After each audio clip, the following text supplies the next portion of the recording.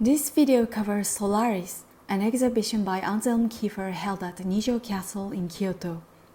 We will talk about the works on display while comparing them to Kiefer's past works.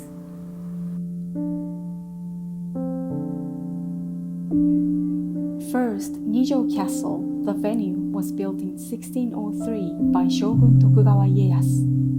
The Edo period, which Tokugawa inaugurated, followed the turbulent Sengoku and Azuchi Momoyama period, and was a relatively peaceful era. Though it was a dictatorship maintained through the policy of national seclusion, it was culturally prosperous and lasted for 265 years. Within Nijo Castle are numerous fusumae, sliding door paintings, many of which are opulent, with gold leaf backgrounds. The ones currently on display are reproductions, but they provide a glimpse into the castle's original grandeur.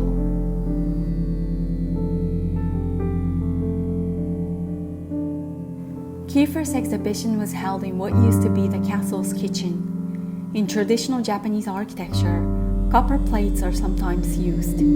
Over time, these develop verdigris, a green patina which resembles the green often used in Kiefer's work.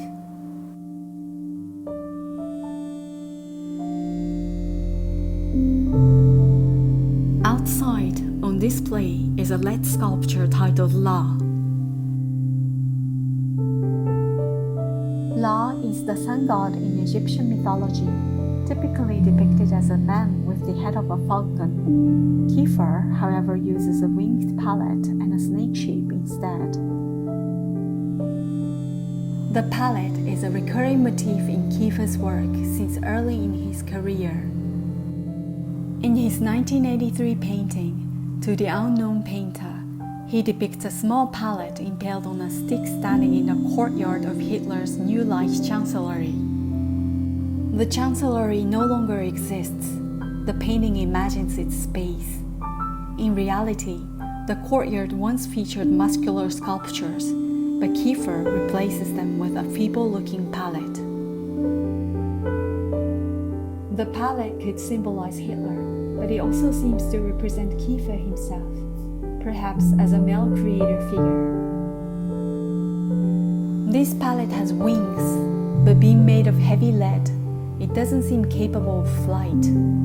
There's a tension between the desire for ascension and the pull of gravity.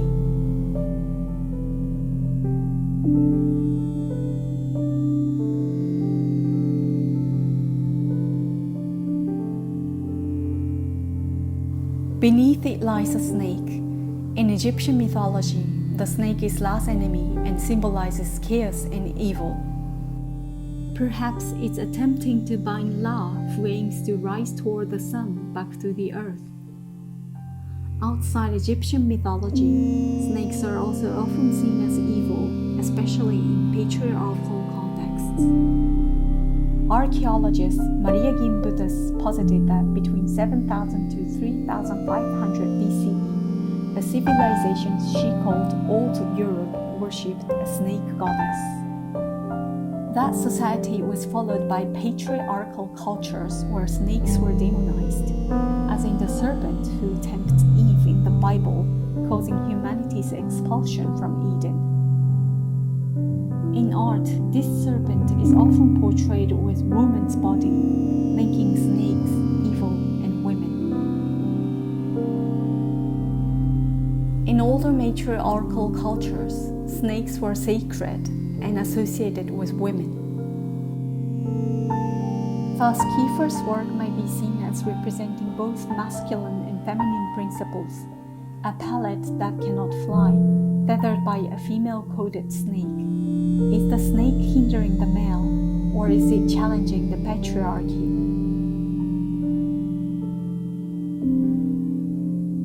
Born just 2 months before Nazi Germany's surrender in World War II, Kiefer's primary themes are Nazism and war. However, femininity has also been a recurring, if subtler, theme. Kiefer's depiction of femininity deserves further study, though I will only touch on it briefly here.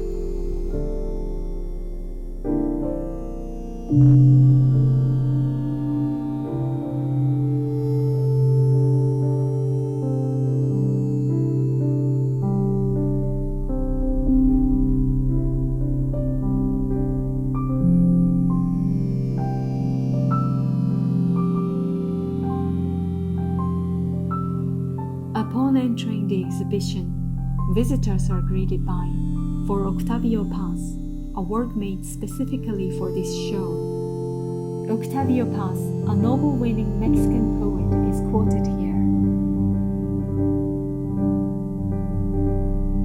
Kiefer has often painted desolate landscapes to reflect post-war Germany, but this piece is said to represent Hiroshima after the atomic bomb. Hiroshima, where not even grass would grow for 75 years. The barren land here is contrasted with the Morgenthau plan, which I will discuss later.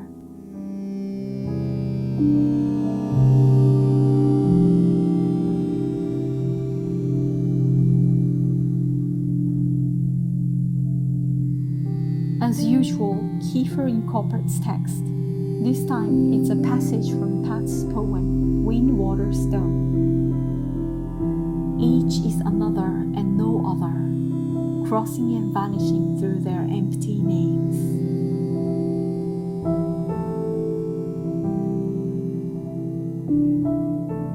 This poem, dedicated to Roger Caillois, a thinker who argued war is not merely conflict, but an organized structure for destruction, serves as a philosophical lens for the work.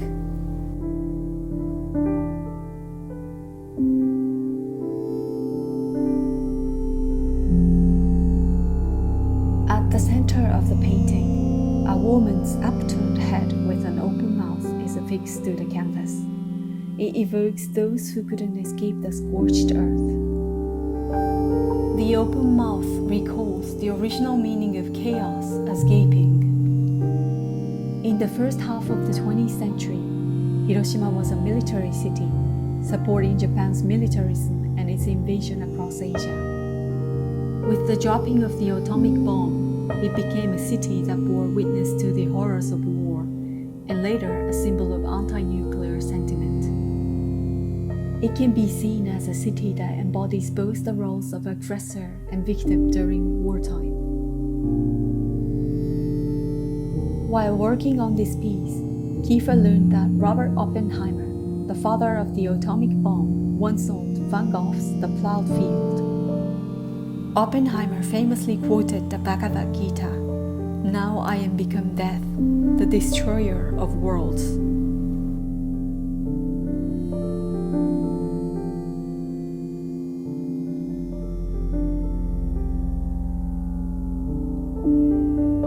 Another related piece is Aurora, also linked to Hiroshima.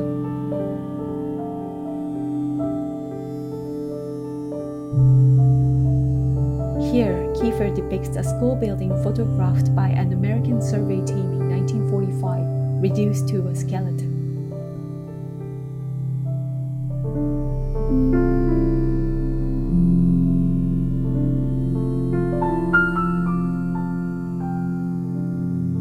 A pram is affixed to the canvas, blurring the line between painting and sculpture, a common Kiefer method.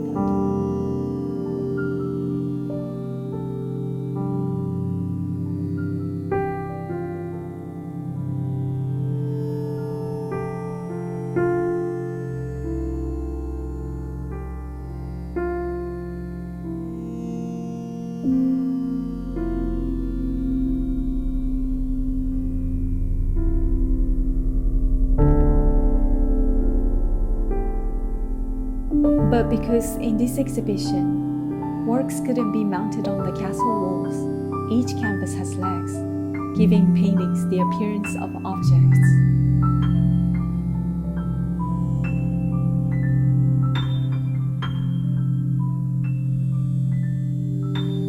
The glass case work, "Are These Drops Falling from the Hat Worn by the Moon?" is inspired by a poem by Otaga Kirengetsu, a nun and poet of the late Edo period.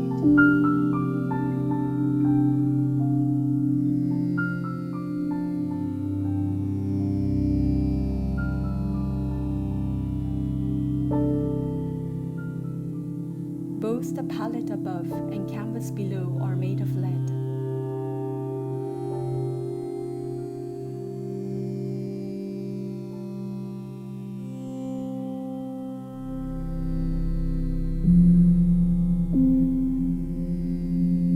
Danae, also in a glass case, features a lead sunflower.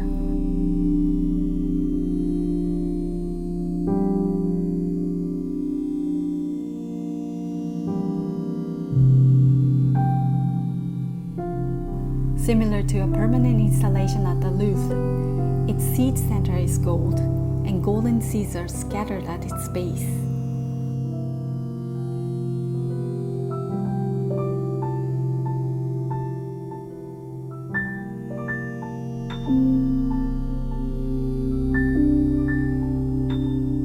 Danae was imprisoned by her father, King Acrisius, due to a prophecy.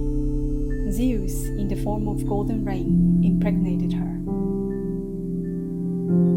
Kiefer's piece depicts this myth symbolically, with golden rain leading to a blooming sunflower and golden seeds.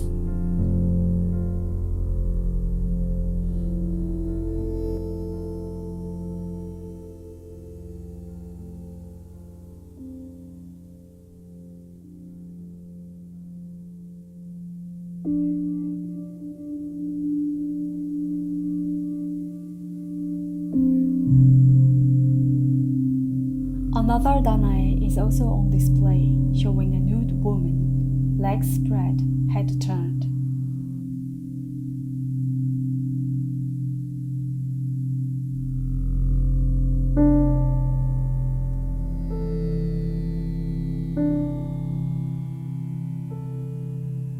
Greek mythology, often a tool for justifying patriarchy, portrays Danae as a woman completely controlled by men, locked away by her father, impregnated by Zeus.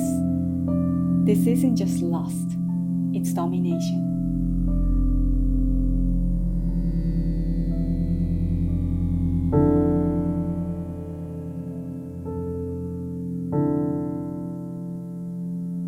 One of the exhibition's central pieces is the Morgenthau Plan.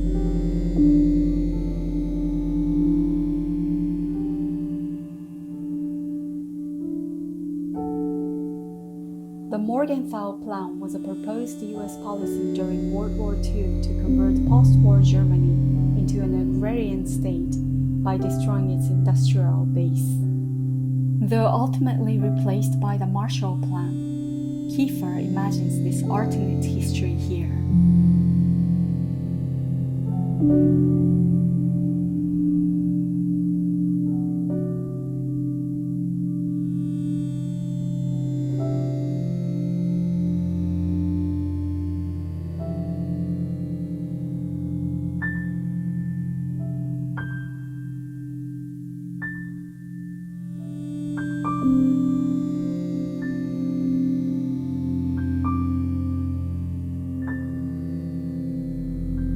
We first saw this work in 2013 at Gagosian Gallery in suburban Paris, an expansive display of golden wheat growing in sand. While sand usually symbolizes barrenness, this installation radiated a kind of undeniable joy.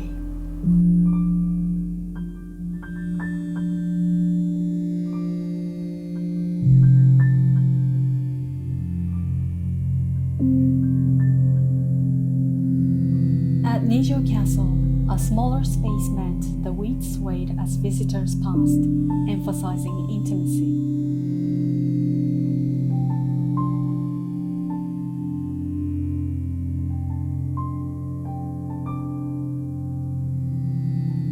Wheat is a major motif in Kiefer's art.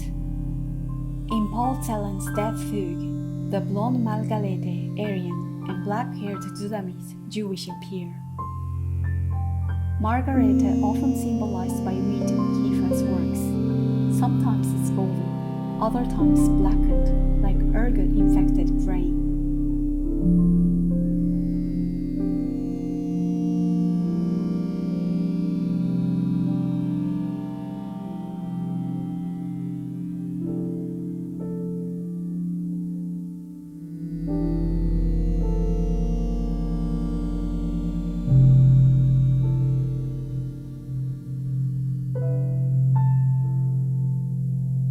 Lead books and golden snakes hide among the stalks.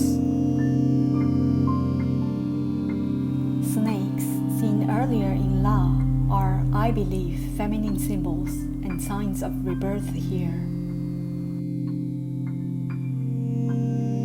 This isn't a literal depiction of the Morgenthau plan. The wheat might symbolize agriculture and land, the sun might be post-war destruction. But the piece doesn't feel like a portrait of a devastated Germany. It suggests a possible, peaceful path not taken. This sense of potential gives it a euphoric mood. Surrounding paintings, like Joseph's Dream, also convey this feeling.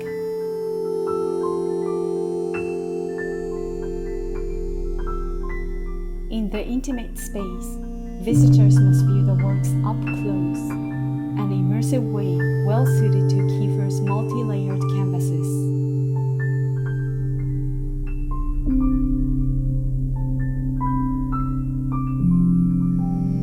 Demeter, another wheat field painting, references the Greek goddess of agriculture, who likely evolved from older Neolithic Earth Mother worship.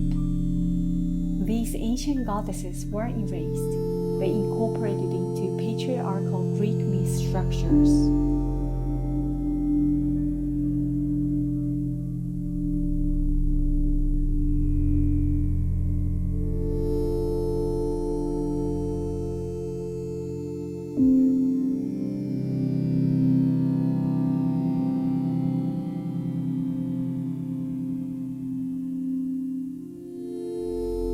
Two pieces titled "The Sleeper in the Valley" depict flower-filled fields. This refers to a poem by Archul Rimbaud, where the sleeper is a dead soldier.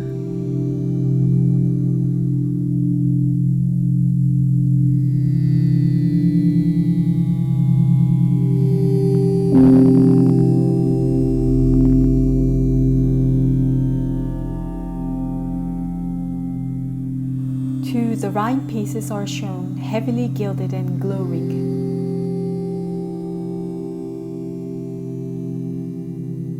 The Rhine, a masculine noun in German, Father Rhine, is a recurring Kiefer subject representing the Germany-France border and World War II memory.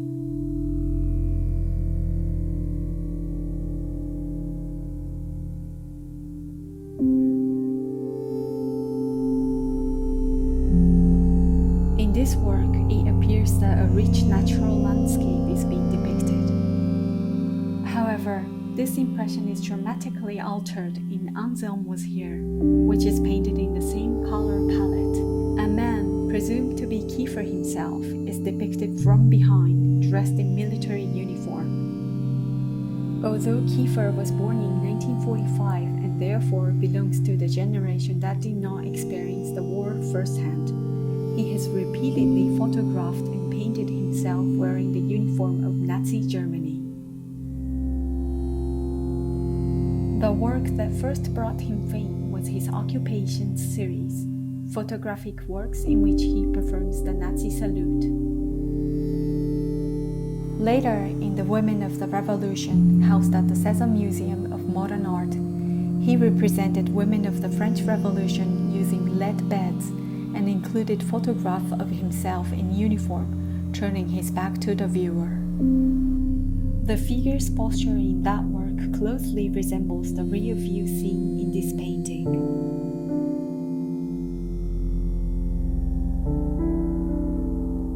In this exhibition, there is another Anselm Was Here, as well as a work titled Anselmus Was Here. These pieces do not feature any human figures. They make generous use of gold leaf. It is said that this use of gold leaf reminded gallerist Fergus McCaffrey of the gold-leafed Beowulf folding screen paintings by the Canal School, which inspired the idea for this exhibition at Nijo Castle.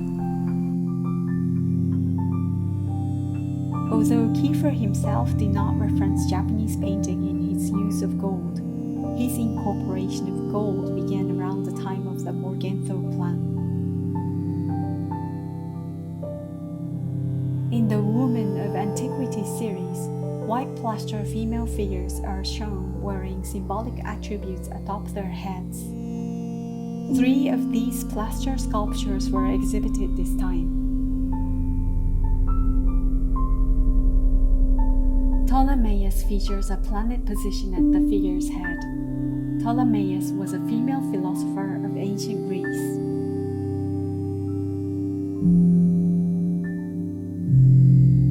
Ma'at Ani balances a feather and a weight on a scale. Ma'at is a goddess in ancient Egyptian mythology, said to be the daughter of the sun god La. Thursum Corda takes its name from the Latin phrase meaning lift up your heart.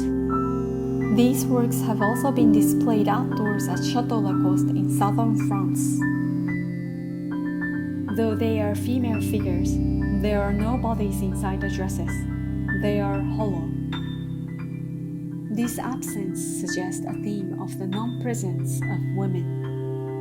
In the women of the Revolution as well, the absence of women is central, and Kiefer frequently associates women with absence in his work. Outside the exhibition hall at Nijō Castle, a number of lead sculptures of female figures are displayed. One of them, Sappho, balances a book on her head. The title refers to the ancient Greek female poet. Another, Margaret of Antioch, bears a snake on her head. Margaret of Antioch is known as a Christian saint.